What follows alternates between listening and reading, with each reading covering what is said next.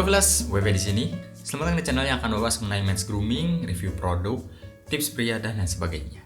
Oke Vilas, di video kali ini seperti biasa gue bakalan menyinggung kembali soal merawat diri. Gue mau nanya dulu ke kalian semua, apakah di antara kalian masih ada yang tidak peduli dengan diri kalian? Sebenarnya peduli tidak peduli pun ya nggak ada urusannya sama gue sih ya. Mau kalian rapi, mau kalian berantakan, itu urusan kalian. Selama itu nggak merugikan diri gue dan orang lain, ya udah kalian nikmatin aja kebiasaan kalian seperti itu.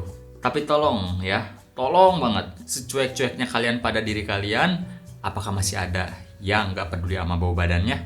Gak enak kan kalau misalkan lagi nongkrong tiba-tiba ada bau bawang atau bau cumi-cumi atau bau tom yum yang wujudnya tuh bukan dalam bentuk makanan tapi dalam bentuk orang. Itu kan ganggu banget ya, gak enak banget ketika kita ngobrol sama orang yang memiliki bau badan yang kurang sedap. Kok bisa gitu kalian pede? Apakah kalian gak takut kalau diomongin sama orang-orang mengenai bau badan kalian? Itu kan malah bikin kalian jadi minus di mata orang lain. Ini pun berlaku juga buat orang-orang yang emang dia ngerawat kulit dan rambut, tapi dia gak merhatiin bau badannya.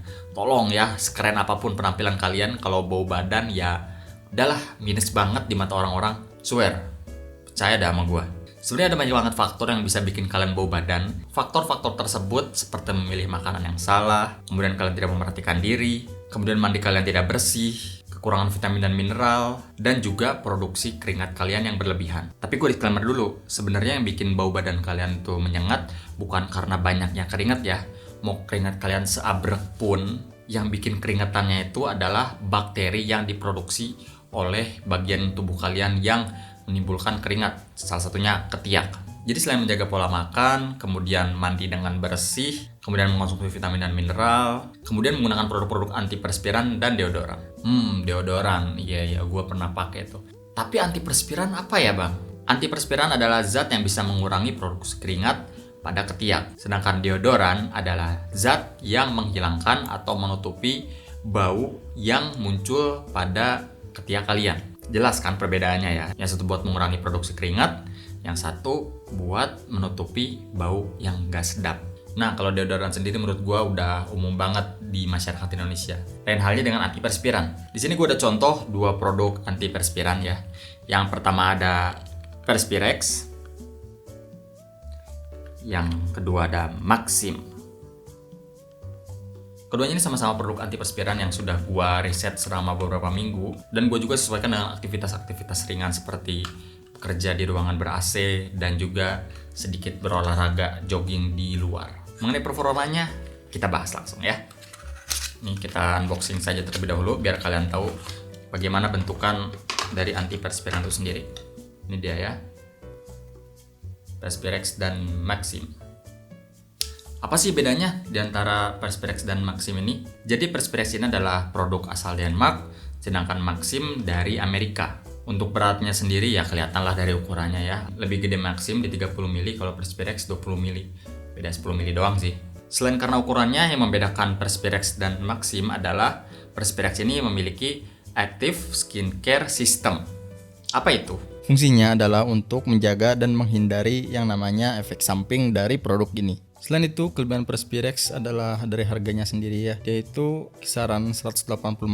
Sedangkan Maxim sendiri di kisaran 235.000. Perspirex sendiri sudah BPOM, sedangkan Maxim belum.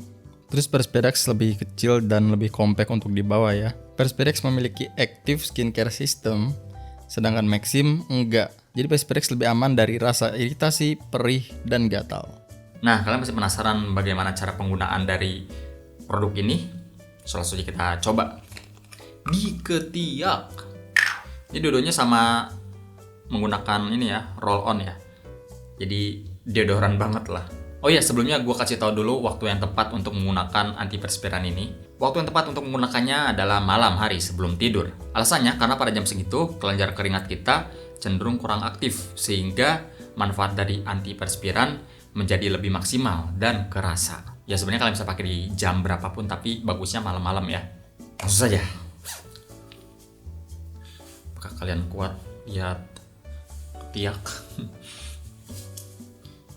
Enggak deh, bercanda. Malu, ketek gue nggak mulus. Ini ceritanya ketiak gue ya. Nah, untuk menggunakannya sendiri 2 kali ke atas dan 2 kali ke bawah. Seperti ini, 1, 2, 1, 2. Atau bisa bolak-balik seperti ini. 1, 2, 1, 2. Begitu. Ini pun sama seperti itu ya. Gimana sih? 1, 2, 1, 2 atau 1, 2, 1, 2. Begitu. Dan ini harus tepat ya, 2 kali ke atas, 2 kali ke bawah. Jangan berlebihan. Ingat, jangan berlebihan. Karena yang dikhawatirin adalah ya efek samping tadi yang gue bilang, seperti perih dan juga gatal. Dan oh iya, antiperspiran ini harus dioleskan kepada bagian ketiak kalian yang emang kering dan juga bebas luka. Jadi kalau ada bekas bisul atau bekas nyukur ketiak, jangan dipakai dulu karena takutnya iritasi ya. Nah, setelah mengoleskan si antiperspirannya, boleh kalian langsung tinggal tidur. Kemudian pada paginya kalian bisa langsung bersihkan dengan menggunakan sabun dan air. Ntar gue benerin dulu. Jadi kayak big show. Terus kalau kalian udah bersihkan pada pagi harinya, jangan digunakan lagi ya, karena ini nggak mengandung parfum, nggak sama kayak deodoran. Jadi gunakan saja deodoran atau tidak usah menggunakan sama sekali. Kalau gue sendiri sih didampingin sama deodoran ya, karena gue lebih ngerasa confidence kalau menggunakan deodoran. Dan daya tahannya pun menurut gue lebih lama pas digunakan dengan deodoran dibandingkan enggak ya. Ketika gue menggunakan antiperspiran dan deodoran, gue bisa bebas dari bau badan itu 3 hingga 5 hari. Sedangkan pas gue gak ngedampinginya dengan deodoran, tuh kuatnya paling lama ya 3,5 atau 4 harian lah. Jadi kalau menurut gue kalian prefer menggunakan deodoran juga ya. Kalau gue disuruh milih di antara Perspirex dan Maxim, sebenarnya dua-duanya itu memiliki performa yang sama ya pada ketiak gue.